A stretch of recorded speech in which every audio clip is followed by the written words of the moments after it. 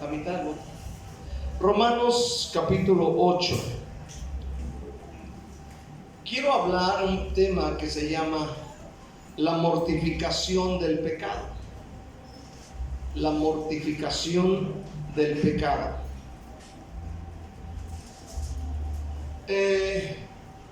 En la vida cristiana, quiero que oiga esto. Existe una guerra silenciosa, pero implacable. Usted nos puede ver muy tranquilos aquí. Usted puede vernos aquí demasiado tranquilos. Pero dentro de cada uno de nosotros hay una guerra con algún tipo de pecado. Ahora, no es una batalla que se libra en campos lejanos, sino en la geografía de nuestro propio corazón y nuestra propia mente.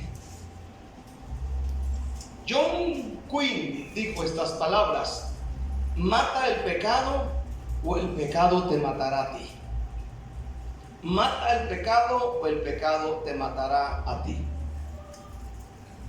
Usted escuchó el título del sermón, que se llama la mortificación del pecado, y al escuchar la palabra mortificación inmediatamente pensamos cuando nos mortificamos por algo, ¿verdad? Ay, es que no llegue y estoy bien mortificado o mortificado. Pero esta palabra mortificación sé que significa afligir, desazonar o causar pesadumbre o molestia, pero también significa literalmente dar muerte a los impulsos pecaminosos y deseos terrenales.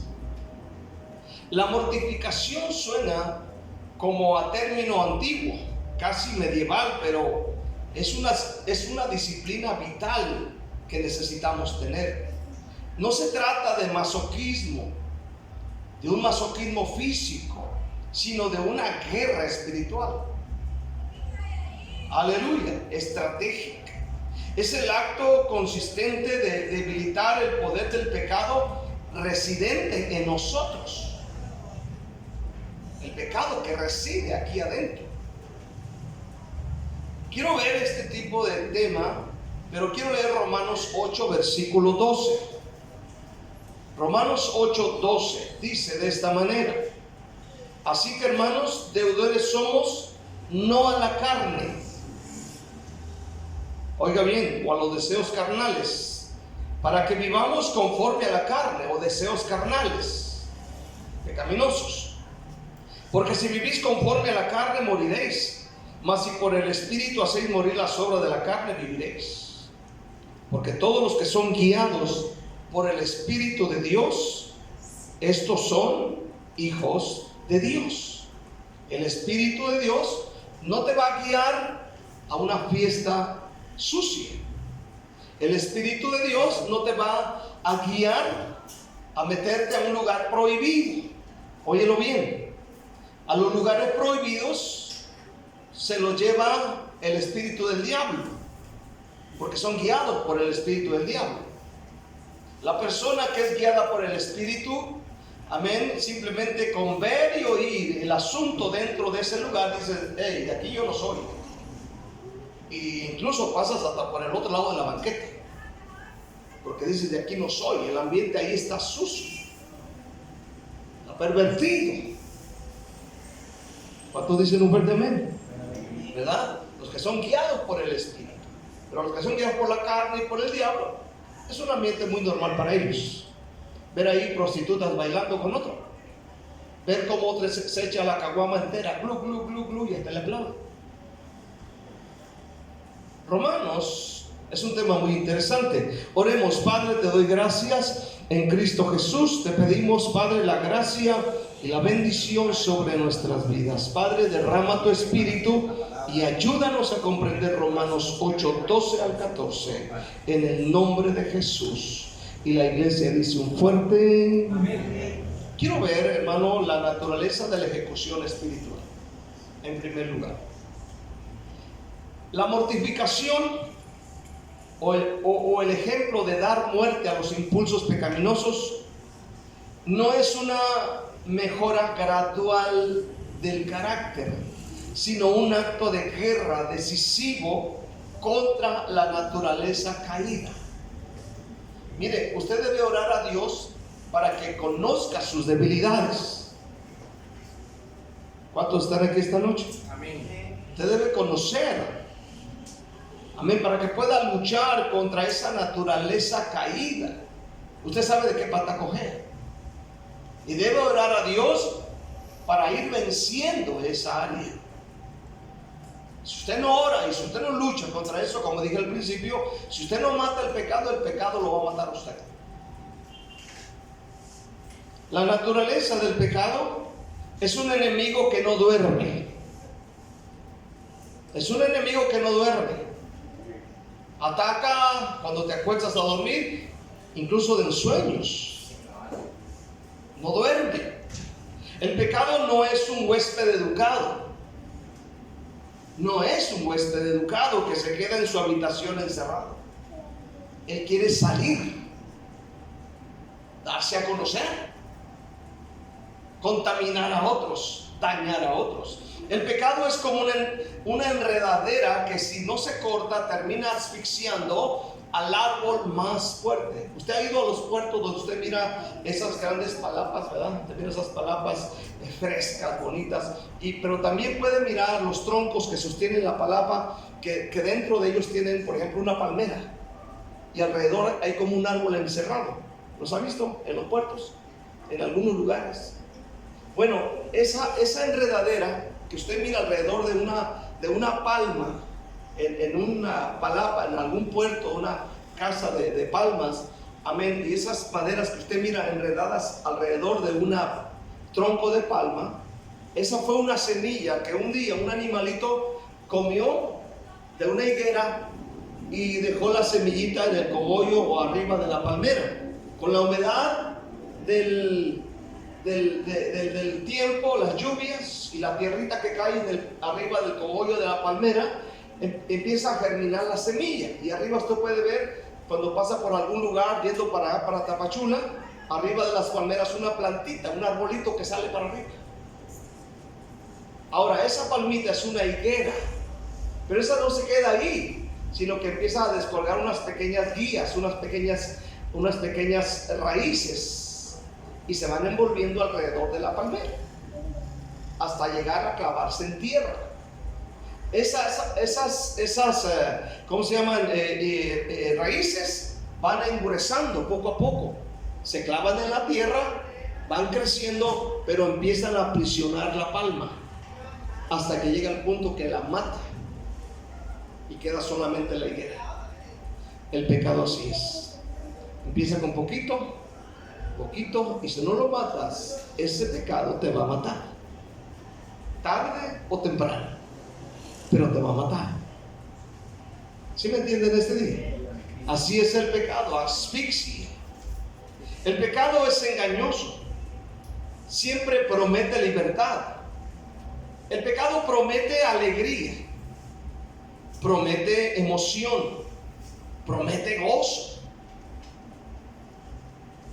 promete que incluso te envidien tus amigos. Pero mientras esto sucede, el pecado prepara cadenas para atarle, para enredarle. Si usted mira Primera de Juan, capítulo 3, versículo 18, Primera de Juan 3, 18, dice de esta manera, dice Juan, aleluya, perdón, Primera de Juan 3, 8, dice, el que practica el pecado es del diablo. ¿De quién es el que practica el pecado? Del diablo. El que practica el pecado es del diablo. Juan 8:40, Juan 8:34. ¿Qué dijo Jesús en cuanto al que practica el pecado? Juan 8, versículo 34. Juan 8:34 dice, Jesús respondió, de cierto te digo, que todo aquel que hace pecado, esclavo es del pecado. Entonces el pecado es progresivo. Empieza con una mirada, luego con un pensamiento y termina en una fortaleza que muchos no logran derribar. El pecado es incansable. Aunque estemos en Cristo, la carne, nuestra vieja naturaleza, siempre está buscando oportunidades para recuperar el trono. Un día me dijo alguien, mientras yo repartía volantes en algún lugar de Guatemala, me dijo: pastor, en su iglesia, ¿por qué en su iglesia permiten que algunos hermanos hagan cosas indebidas? Porque cuando alguien dentro de la iglesia comete un pecado, todo el mundo se entera. Se perdieron de un fuerte amén. Cuando alguien peca en la iglesia, todo el mundo se entera. Aunque a veces decimos, no queremos que nadie sepa. Pero me dijo el hermano: ¿por qué en su iglesia permiten que los hermanos hagan esto y lo otro y aquello? Digo: mire, en la iglesia yo no predico reglas. Yo no tengo un manual de reglas en la iglesia. Yo no soy llamado a predicar reglas. Soy llamado a predicar el evangelio. Es lo que predico. Yo predico a Cristo. Yo hablo de Cristo. Iglesias que predican reglas, por eso muchas iglesias legalistas están llenas, porque a la gente le gusta que le digas lo que tiene que hacer y lo que no hacer. Es que tienes que taparte la cabeza, es que tienes que destaparte, y te tapas y te destapas y terminas tapado. Entonces le digo, yo no me dedico a predicar reglas, predico el evangelio. Cuando yo predico el evangelio, la gente es responsable, amén, de su vida. La gente o puede vivir el evangelio o salir de aquí e irse con otra mujer, pero eso ya es responsabilidad de él. Puede terminar el servicio e irse, meterse en una cantina, pero ya es responsabilidad de usted, porque usted va a rendir cuentas a Dios. Yo predico el evangelio y la gente responsable si lo vive o no lo vive, pero finalmente darán cuenta a Dios de su vida personalmente. Yo no estoy para predicar, no, prohibido meterte a la cantina, prohibido tener otra mujer, prohibido. No me dedico a predicar eso. Yo predico del adulterio, predico de la borrachera, y cada quien toma una decisión. ¿Cuánto dicen amén? Sí. Cada quien es responsable. Finalmente llegarán ante el trono de Dios y le van a decir: tú escuchaste una verdad, te valió un comino, y tu nombre no está escrito en el libro de la vida, y serás lanzado al lago de fuego. Entonces vendrá el lloro y el crujir de dientes. Hermano, el pecado es incansable. Amén. Aunque estemos en Cristo, la carne, nuestra vieja naturaleza, siempre está buscando oportunidades para recuperar el trono.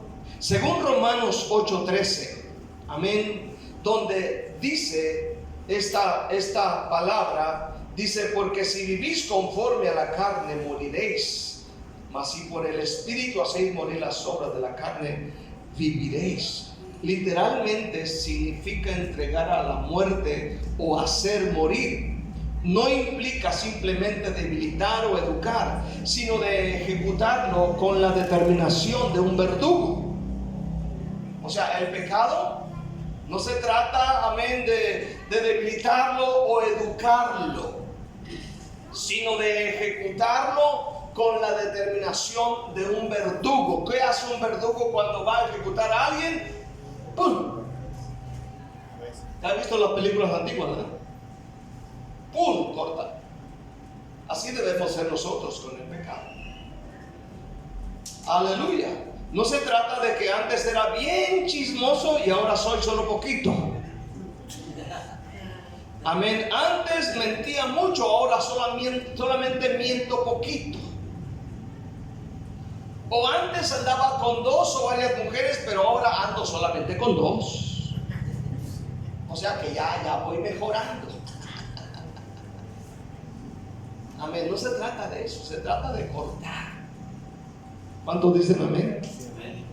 En el mundo grecorromano, la ejecución por crucifixión era el castigo para los rebeldes, y Pablo utiliza este trasfondo para enseñar que el pecado no debe ser tratado como un error, no debe ser tratado como un desliz. Es que tuve un desliz, y ahí se le llama de desliz en desliz. Ahora ya no se llama pecado, se llama desliz.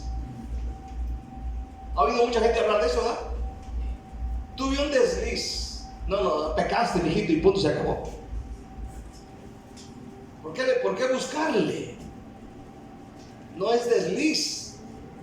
No es que iba caminando y me resbalé así como sin darme cuenta, pisé una cáscara de banano y me caí. No, con alevosía y ventaja agarraste la botellita de cerveza y te le echaste, a sabiendas que está mal. O fumaste o te fuiste con otra mujer a sabiendas de que estás casado o casada e hiciste eso, ¿verdad? Aleluya. Trata el pecado como un traidor al reino de Dios que merece la pena de muerte. Trata el pecado como un traidor al reino de Dios. No trates tu pecado con lástima. Mata el pecado o el pecado te matará a ti. Gálatas capítulo 5 versículo 24. El apóstol Pablo dijo estas palabras. Gálatas 5 24 dice: pero los que son de Cristo han crucificado la carne con sus pasiones y deseos. Los que son de Cristo han crucificado, amén, la carne con sus pasiones y deseos. La han crucificado, la carne con sus pasiones y deseos.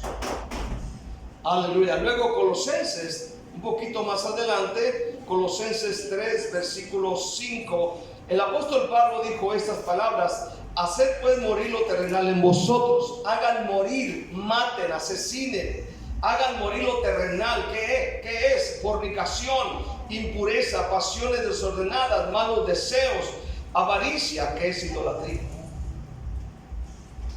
No matamos el pecado para ser salvos, sino porque ya hemos sido rescatados. Segundamente, el agente de la victoria. El espíritu y la voluntad es el hombre quien actúa, pero es el Espíritu Santo quien nos da el poder para poder trabajar contra todo esto. Recordemos que dijo el profeta: no con espada, no con ejército, mas con tu espíritu, dice el Señor. En esta lucha contra el pecado debemos involucrar en nosotros al Espíritu Santo para que nos ayude. ¿Cuántos están aquí este día? Porque tú solo no vas a poder. Es que ya voy a ser mejor. En la mañana escuchaba una canción que estaban poniendo aquí unas personas que llegaron a comer, de la mamá y esas cosas, y estaba diciendo: mamá, por ti voy a cambiar, mamá, por ti voy a cambiar.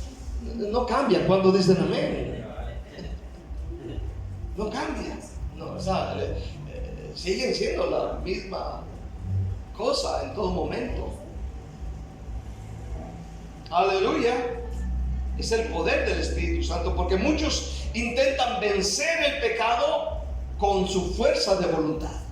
Es que hay que tener fuerza de voluntad, dicen, ¿verdad? Por ejemplo, los alcohólicos anónimos. Hay que tener fuerza de voluntad para.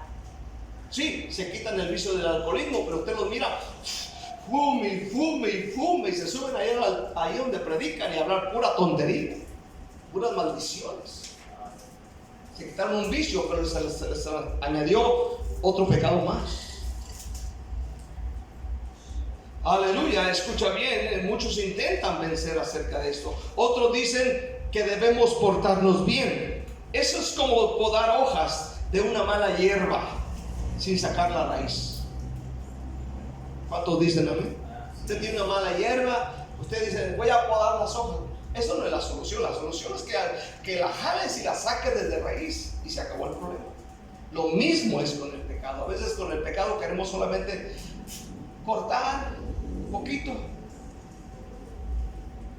Romanos 8:13, la segunda parte, dice de esta manera: amén, mas si por el Espíritu hacéis morir las obras de la carne, viviréis.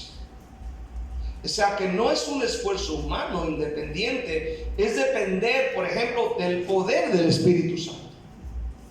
Porque está diciendo, amén, de esta manera: mas si por el Espíritu, o sea, el Espíritu Santo, hacen morir las obras de la carne, vivirás. Es decir, debes involucrar al Espíritu Santo en tu vida, en la oración. Tú sabes contra qué estás luchando y decir, Padre, amén, libérame de estas cosas. Intentar santificarse sin el Espíritu Santo es legalismo.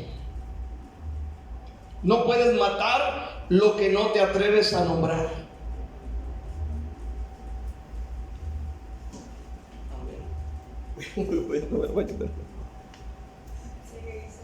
Me agarraron ganas de ir al baño.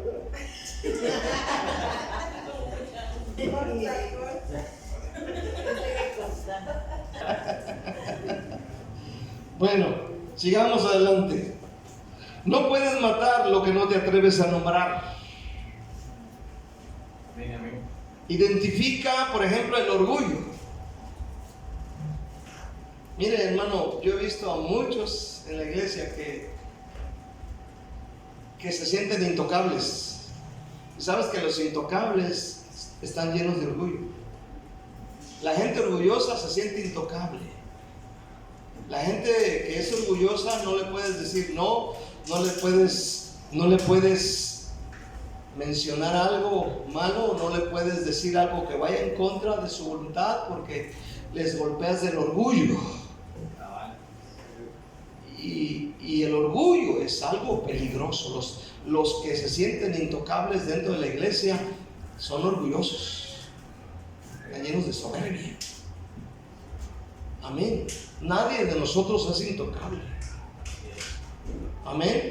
Todos nosotros en algún momento de la vida, dentro de la iglesia nos va a pasar algo, fuera de la iglesia nos va a pasar algo. A Job le pasó de todo. ¿Cuánto dicen amén? Aunque era perfecto, temeroso de Dios y apartado del mal. Nunca, hermano, aleluya, pudo pensar que le iba a pasar esto, pero él llegó a pensar en su vida que no era intocable. Ya resistió todo. Usted y yo no somos intocables. Podemos identificar el orgullo, podemos identificar la lascivia. Por ejemplo, los hombres y las mujeres también batallan con la lascivia. ¿Por qué tiene tanto éxito Facebook y el Instagram? No crea que la gente ve ahí el Facebook porque va a vender algo o quiere comprar algo. No, hermano, no es cierto.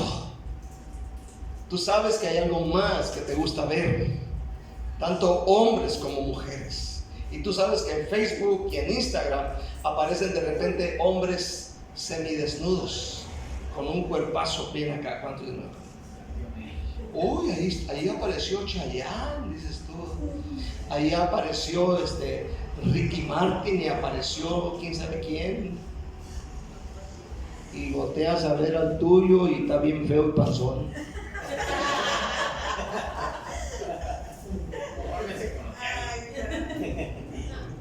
Ya tiene la panza de iguana, ¿sí?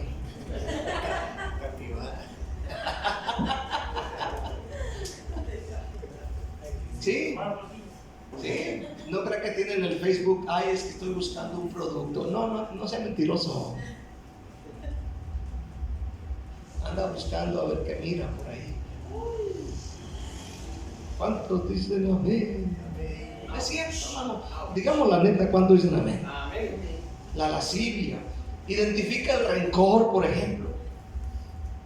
Hay gente que se pone rencorosa por algo, amén, en la iglesia, algo leve, pero resulta que traen algo atrás jalando y voltean a ver ver a otros. No, es que estoy así por culpa de él. Él tiene la culpa. Identifica ese rencor, si te hace bien. Identifica la codicia, identifica ese chisme, identifica esa murmuración, identifica esa lástima propia. No llames debilidades a estas cosas, llámalos pecado.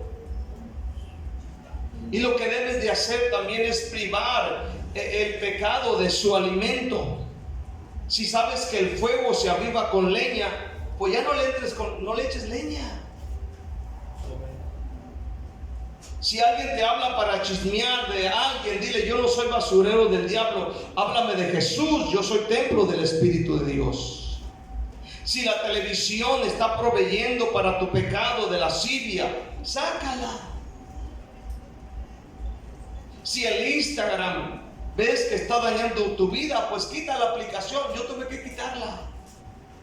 Había pastores que escribían ahí, sí, cierto, pero luego le dabas vuelo al dedo. ¿Cuántos dicen amén?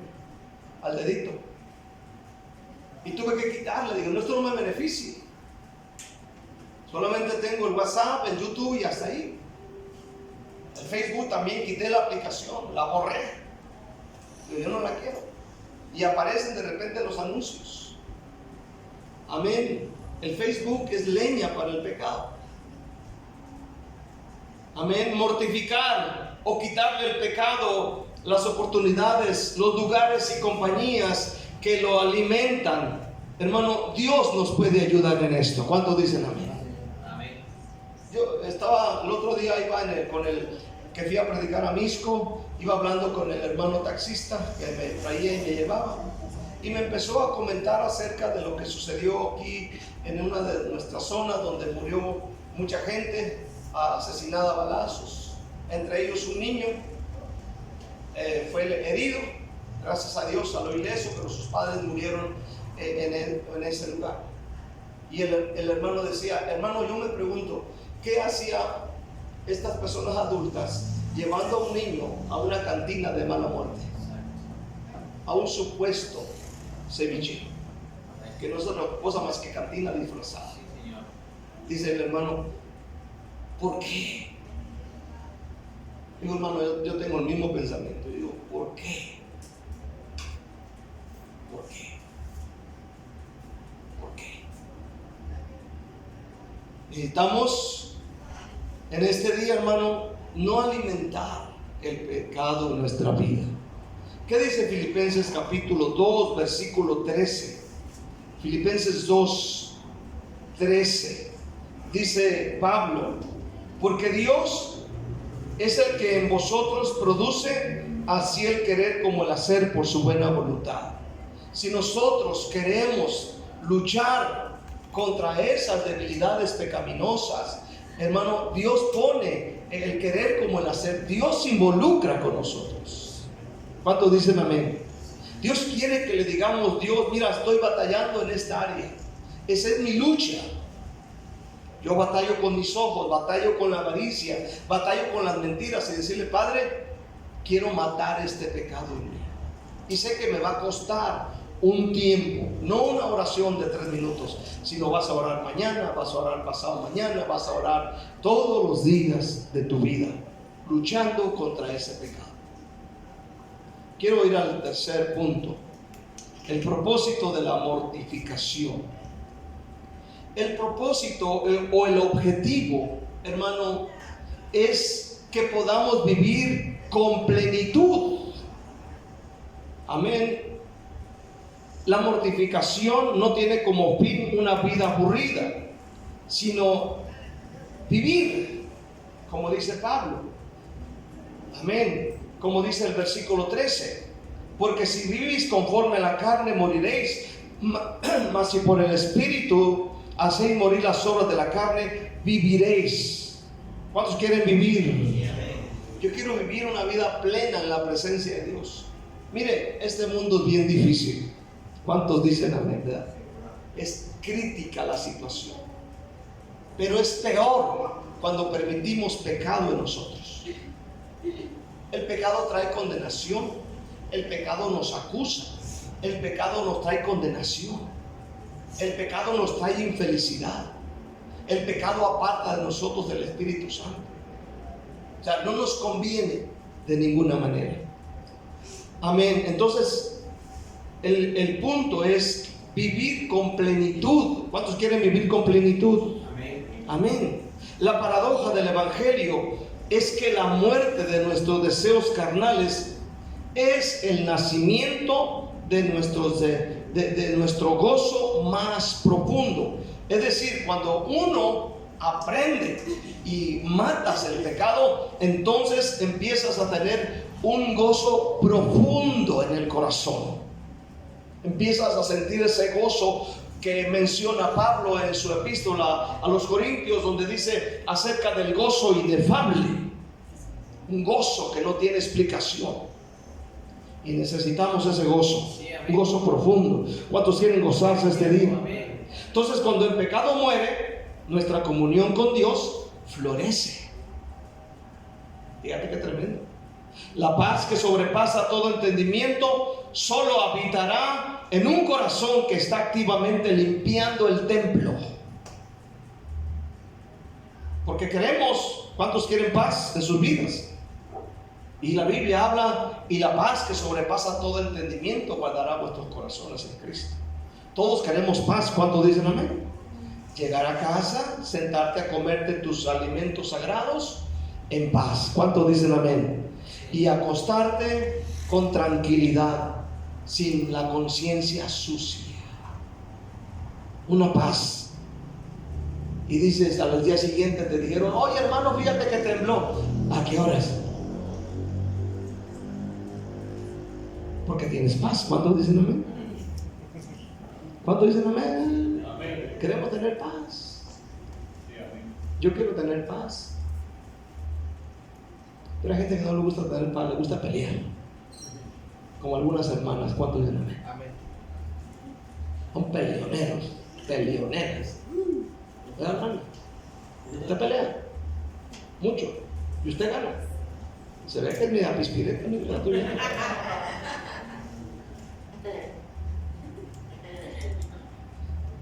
Aleluya.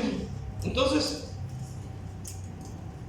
aquí el que vive continuamente pecando no tiene paz ni tiene gozo, solo tendrá desaliento porque Dios ya no está ahí.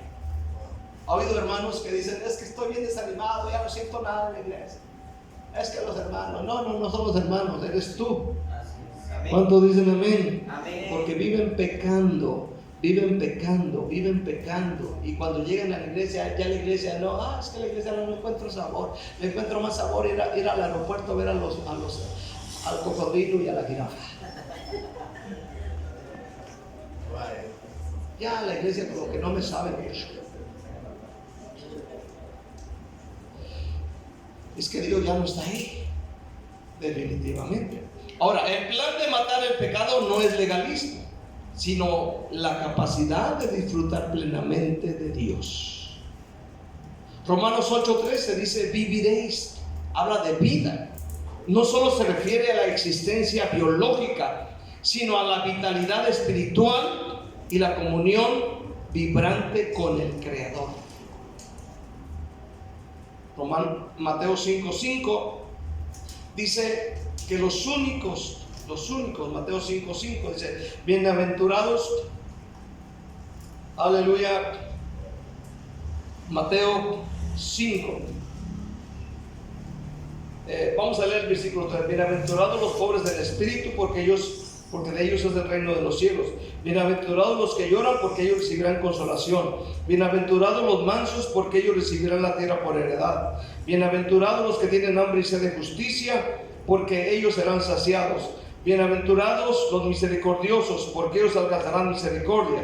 Luego el versículo 8, bienaventurados los de limpio corazón, porque ellos verán ¿a quién? A Dios. ¿Cuántos quieren ver a Dios? Yo quiero ver su hermosura. Pero recordemos que Dios es un Dios santo. Yo quiero estar con Él.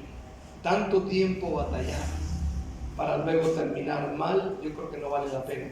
Vamos a ver primera de Juan 3:3 y ahí terminamos. Primera de Juan 3:3. Dice el apóstol Juan de esta manera: todo aquel que tiene esta esperanza en Él se purifica a sí mismo, así como Él es puro.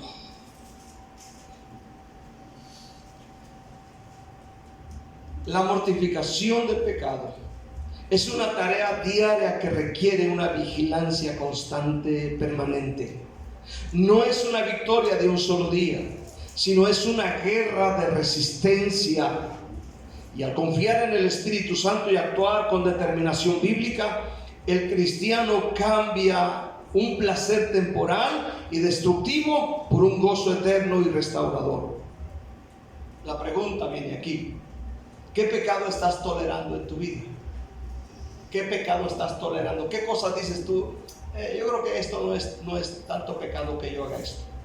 Porque hay cosas que luego nos permitimos, como ver películas prohibidas, oír cosas prohibidas, meterte a lugares prohibidos, tomar cosas prohibidas. Y tú dices, pues no creo que sea tan malo. Son cosas que estamos permitiendo. Y como esa semilla que crece arriba del cogollo de la palmera, un día va a crecer y va a matar la palma. ¿Qué estás tolerando en tu vida? ¿Qué pequeño vicio estás alimentando pensando que lo tienes bajo control? La mortificación es una tarea diaria, no es un evento que ocurre una vez en el altar, es un hábito de toda la vida. Hoy Dios te llama a no hacer tregua con el pecado. No intentes domesticar la fiera de tu pecado. Sácalo de tu casa. ¿Has oído esa historia de esa persona que domesticó un tigre, lo metió en su casa y finalmente el tigre se lo tragó? Y a veces queremos hacer así con el pecado, lo queremos domesticar. Yo lo tengo bajo control. Yo sé hasta dónde. ¿Verdad? Y le hacemos más caso al que anuncia la cerveza gallo que a la palabra de Dios.